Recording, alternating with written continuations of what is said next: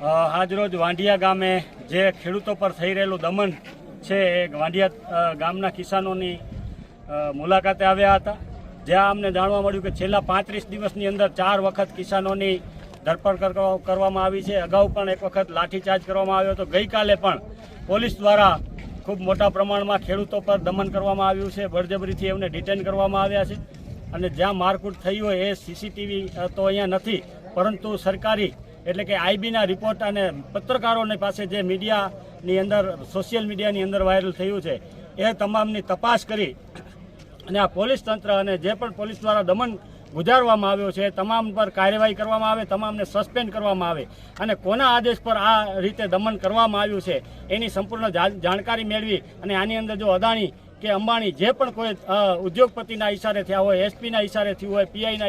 ઈશારે થયું હોય કે 8 ગૃહમંત્રીના ઈશારે જો દમન કરવામાં આવ્યું હોય તો આ તમામ પર કાર્યવાહી કરવામાં આવે એવી આમ આદમી પાર્ટી દ્વારા અમારી રજૂઆત છે। અને સાથે સાથે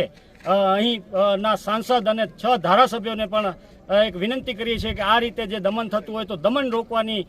તમારામાં ત્રેવડ હોવી જોઈએ। તમારી એ ત્રેવડ બતાવીને 8 ગૃહમંત્રીને અને પોલીસ અધિક્ષકને તમે જાણકારી આપો, ડીજીપીને કહો કે ભાઈ શાંતિપૂર્ણ રીતે આંદોલન કરી રહેલા કિસાનો પર શા માટે લાઠીચાર્જ કરવામાં આવે છે, શા માટે ભાઈઓ બહેનોને ઘસડવામાં આવે છે અને શા માટે એમના કપડાં ફાટી જાય એ રીતે ઘસડવામાં આવે છે। તો આ દમનકારી જે નીતિ છે એનાથી ત્રસ્ત થઈને લોકો અહીંનો એક અવાજ ઉઠી રહ્યો છે કે હવે માત્ર વિસાવદરવાળી કરીશું ત્યારે જ આ સરકાર અને વહીવટી તંત્ર કંઈક શાનમાં આવશે અને કંઈક શાનમાં સમજશે। એટલે આજની આ મુલાકાત બાદ અમારા રાજુભાઈ કરપડા જે કિસાનોના મસીહા છે એ પણ આવતી 3 તારીખની અંદર અહીંયા કને મોટી જનસભા કિસાનોની એક સભા કરવા જવાની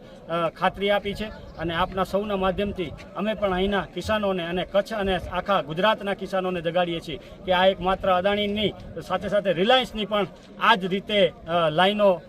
વીજ ટાવરો આવી રહ્યા છે અને આ તમામ દમન થાય એના પહેલાં આપ સૌ જાગો અને જાગૃત બની અને આપના જે હકો છે હકો મેળવવાના પ્રયત્ન કરતા રહો।